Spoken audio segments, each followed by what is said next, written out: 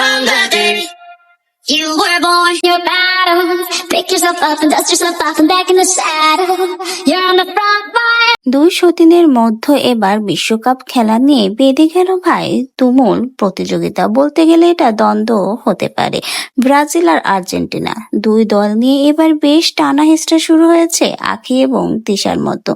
দেখা যাচ্ছে শেষমেশ সেই তিশা কিন্তু আঁখিকে কপি করলো। সোশ্যাল মিডিয়াতে বিশ্বকাপ খেলা নিয়ে কিন্তু বেশ কিছুদিন যাবতই আঁখি এবং তিশার ভিতরে বেশ একটা প্রতিযোগিতা লেগে রয়েছে।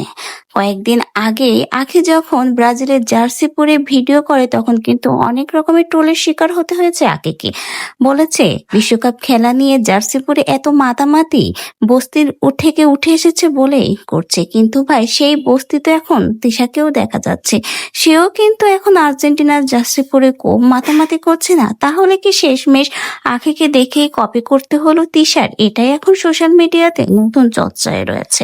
কারণ এখন দেখা যাচ্ছে তিশা আর্জেন্টিনা হলেও কিন্তু আহাদ ব্রাজিল। অনেকেই বলছে আঁখির মন রক্ষা করার জন্যই নাকি আহাদও ব্রাজিল। উপর থেকে তিশাকে যতই দেখাক না কেন আহাদ আঁখিকে ভালোবাসে না, কিন্তু ভিতর থেকে আহাদ এখনো আঁখিকে ভালোবাসে। এজন্য আঁখি ব্রাজিল, এজন্য আহাদও নাকি ব্রাজিল।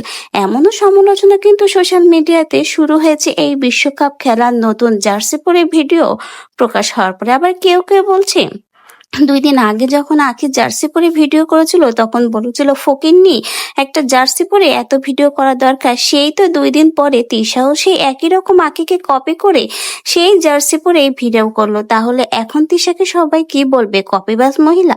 তো ভিউয়ার্স, আপনাদের এই বিষয়ে কি মন্তব্য? দুই সতীনের এই জার্সি পরা ভিডিও নিয়ে যে সোশ্যাল মিডিয়াতে নতুন টানাপোড়েন সৃষ্টি হয়েছে।